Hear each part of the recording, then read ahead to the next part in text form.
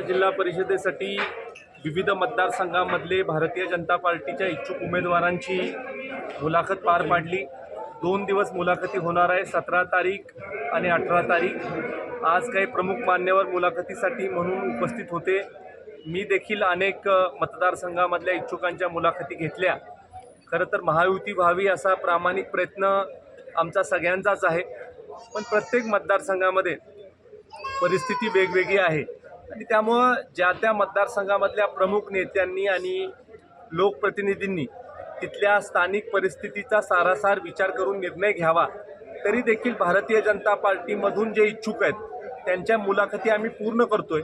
एखाद्या मतदारसंघामध्ये मित्रपक्षाबरोबर समन्वय झाला तर तिथं पुढं मागं सरकायची देखील भारतीय जनता पक्षाची तयारी आहे, पण शेवटी हा निर्णय सर्वस्व स्थानिक नेतृत्वांनी घ्यावा अशा प्रकारच्या सूचना आम्ही दिलेल्या आहेत। उद्या आमचे दोन्ही मंत्री आदरणीय शिवेंद्र बाबा असतील, आदरणीय जयकुमार भाऊ असतील, आमचे सन्मान्य खासदार उदयन महाराज असतील, ह्या सगळ्यांना विचारात घेऊन योग्य तो निर्णय हा पक्ष संघटना करेल।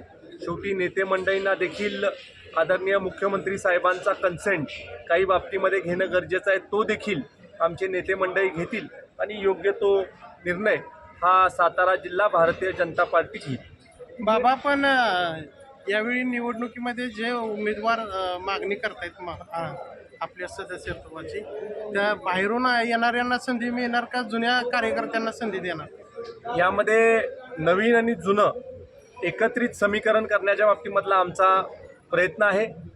निवडून येण्याची क्षमता, त्याबरोबर पार्टीमध्ये किती दिवस काम केलं आहे हा निकष, त्याबरोबर तिथल्या विभागातल्या कार्यकर्त्यांना कशा पद्धतीनं ही नवीन उमेदवारी मान्य होईल याचा विचार करून सगळ्या बाबींना विचारात ठेवून निर्णय घेण्याचा एक मानस आम्ही केलेला आहे।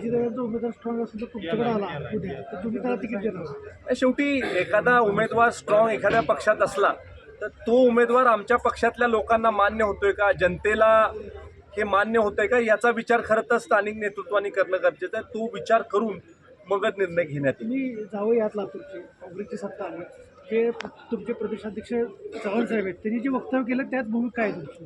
खरं तर आदरणीय चव्हाण साहेबांनी जे वक्तव्य केलं त्याच्यावर चव्हाण साहेबांनी दिलगिरी व्यक्त केली। आदरणीय देवेंद्र फडणवीस साहेबांनी त्याच्यावर स्पष्टीकरण देखील दिलेलं आहे, त्यावर जास्त बोलणं आवश्यक नाही।